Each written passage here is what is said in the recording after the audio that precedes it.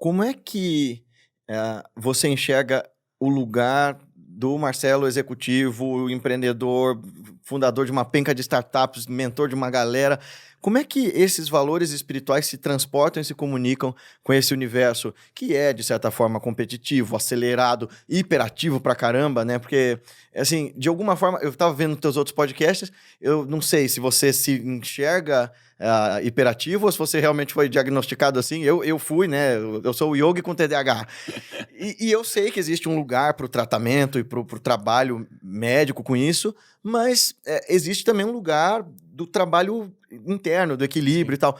Como é que você consegue transportar essas qualidades e esses ensinamentos do Yogananda para esse universo todo da competição, da aceleração, da disputa ombro a ombro por mercado e tal? Que é um negócio que eu ainda, assim, tô aprendendo e acho que ainda tenho muito que aprender. Aprendo muito com você, inclusive. Eu não sou o Marcelo que era no começo da carreira. Eu era uma pessoa que deixava os meus instintos animais aflorarem nos momentos errados. E isso me tornava um profissional não muito bom. Era uma pessoa que às vezes ficava nervosa, era uma pessoa que às vezes brigava demais, às vezes passava do ponto. E eu não queria ser essa pessoa. Então, eu fui buscando entender quem que eu gostaria de ser. E eu fui aprendendo, e eu fui tendo maturidade, e você vai tendo rodagem. E eu comecei a chegar à conclusão que é o seguinte: hoje em dia não dá para você ser só bem profissionalmente. Uhum. Você tem que cuidar da sua família, você tem que cuidar da sua mãe, dos seus pais, você tem que ter gratidão pela vida que você tem. E você principalmente tem que tornar o mundo melhor do que você encontrou. Uhum.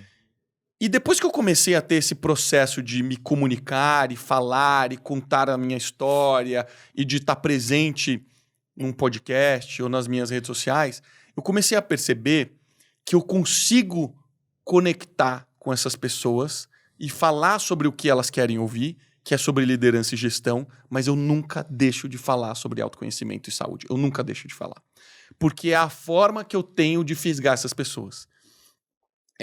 Quando eu fui entrando nesse mundo de autoconhecimento e tal, você vai conhecendo outras ferramentas, né? Eu fiz um curso de autoconhecimento muito estimulado pela minha esposa Renata, que mudou a vida dela e depois mudou a minha. Me conta um pouco sobre isso, porque eu estava ouvindo isso no outro podcast, eu falei, quero entender um pouco mais, porque você conhecia já um outro universo de autoconhecimento, que é esse, o que a gente estava até conversando na tua casa, né? Existem níveis de autoconhecimento para os quais a gente tem que estar preparado. E eu acredito que esses processos de autoconhecimento fabricados para a gente viver bem o mundo operacional dos negócios, ele precisa ser observado, não por nós, assim, eu estudo Yogananda, então isso aqui é muito raso.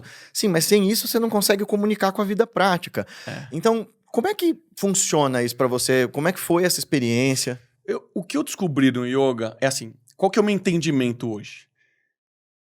Hoje o meu entendimento é que isso daqui é um período transitório, que nós estamos num processo de desenvolvimento do nosso espírito, só que isso daqui é finito. Nosso espírito não. Então esse é meu entendimento. E eu aprendi que ao meditar, eu consigo ter uma percepção melhor do meu corpo e eu consigo reagir menos aos eventos externos. Eu tenho um controle maior dos eventos externos, positivos e negativos. Os negativos normalmente impactam a gente mais. Então, ansiedades, emoções extremas, etc., eu consigo... Eu tô vendo o que tá acontecendo. Aconteceu isso? Puta, é terrível. Mas eu entendo. Não é aquele negócio que vai me derrubar. Não é aquele negócio que vai me desabar. Obviamente que eu não sou uma pedra de gelo. Ainda tem muita coisa que se manifesta. Minha asma, por exemplo, de vez em quando manifesta. E eu sei que isso é um evento emocional. Sempre emocional. Agora, por outro lado, quando eu entrei no mundo do autoconhecimento, eu comecei a resolver problemas da minha criação. Eu fui criado de uma certa forma, que acho que muitos homens brasileiros foram, que é um mundo muito machista. Menino não chora, se você voltar para casa chorando porque você apanhou, eu vou bater em você.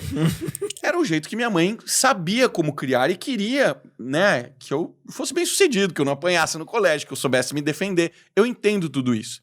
Mas, obviamente, que a gente vai trazendo essas coisas para nossa vida de adulto, e isso precisa ser tratado. E eu nunca tinha tratado. Então, a minha conversa com a Renata era assim: eu não tenho problemas, você caça problema, você fica buscando problema onde não tem. Era isso que eu falava para ela. E ela falava assim para mim: eu não consigo conversar com você, porque você não entende o que eu tô querendo falar com você. E aí, no começo do nosso relacionamento, a gente se separa e fica um mês separados. E eu lembro dela ter falado para mim em algum momento do nosso relacionamento o seguinte: eu fiz um curso de autoconhecimento chamado Processo Hoffman. Mudou minha vida.